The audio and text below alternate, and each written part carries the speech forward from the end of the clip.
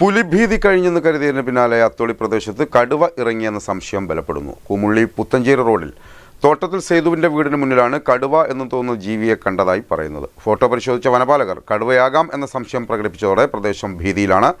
പരിശോധന തുടരുകയാണ്.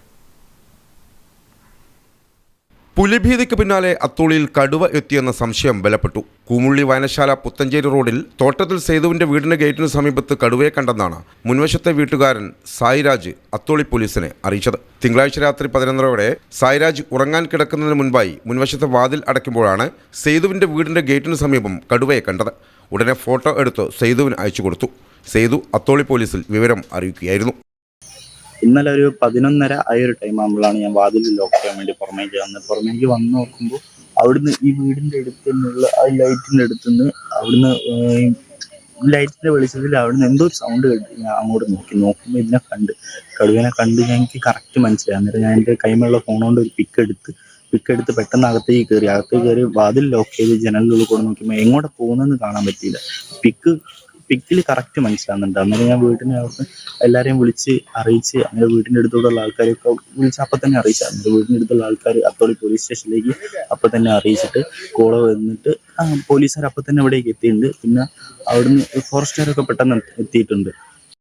വിവരമറിഞ്ഞ് പുലർച്ചെ 2:30 കക്കയം ഫോറസ്റ്റ് സംഘം സ്ഥലത്തെത്തി പരിശോധന നടത്തി. 5 മണി വരെ സംഘം പരിസരത്ത് തെരച്ചിൽ നടത്തിയെങ്കിലും ഒന്നും കണ്ടെത്താനായില്ല.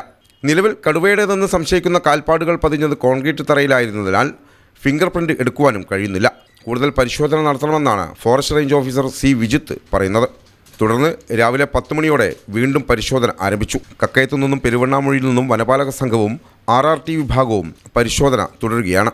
30 മീറ്റർ അകലെ നിന്നും എടുത്ത ഫോട്ടോ സൂം ചെയ്യുമ്പോൾ വലിപ്പത്തിൽ സംശയമുണ്ടെന്നാണ് ഫോറസ്റ്റ് ഉദ്യോഗസ്ഥർ പറഞ്ഞത്. എന്നാൽ വന്യജീവിയാണെന്ന് ഉറപ്പിക്കാമെന്നും പറയുന്നുണ്ട്. കടുവയുടെ സാന്നിധ്യം ഉണ്ടെന്ന് സംശയിക്കുന്ന വീടിൻ്റെ സമീപത്തായി 5 സെന്റ് ഭൂമിയിൽ കരിങ്കാളി കോട്ടയുണ്ട്. ഇതിനകത്തേക്ക് കടന്നോ എന്നതാണ് ഇന്ന് പരിശോധിക്കുന്നത്. പാലോറ മലയുടെ താഴ്വാരമാണിത്. പുത്തഞ്ചേരി പുഴയിലൂടെ ഒഴുകി വന്നതാകാമെന്നാണ് നിഗമനം. കഴിഞ്ഞ ദിവസം വേളൂരിൽ പുലിയെന്ന് സംശയിച്ച് തെരച്ചിൽ നടത്തിയെങ്കിലും പുലിയല്ലെന്ന് സ്ഥിരീകരിക്കുകയായിരുന്നു. വയനാട്ടിൽ നിന്നും മലവെള്ളപ്പാച്ചിലിൽ വന്യജീവികൾ ജനവാസ കേന്ദ്രങ്ങളിൽ എത്താൻ സാധ്യതയുണ്ടെന്നാണ് ഇത്തരം സംഭവങ്ങൾ ചൂണ്ടിക്കാട്ടുന്നത്. കാടുപിടിച്ച സ്ഥലങ്ങൾക്ക് സമീപം താമസിക്കുന്നവർ ജാഗ്രത പുലർത്തണമെന്നും അധികൃതർ മുന്നറിയിപ്പ് നൽകുന്നുണ്ട്. News bureau, Atholi.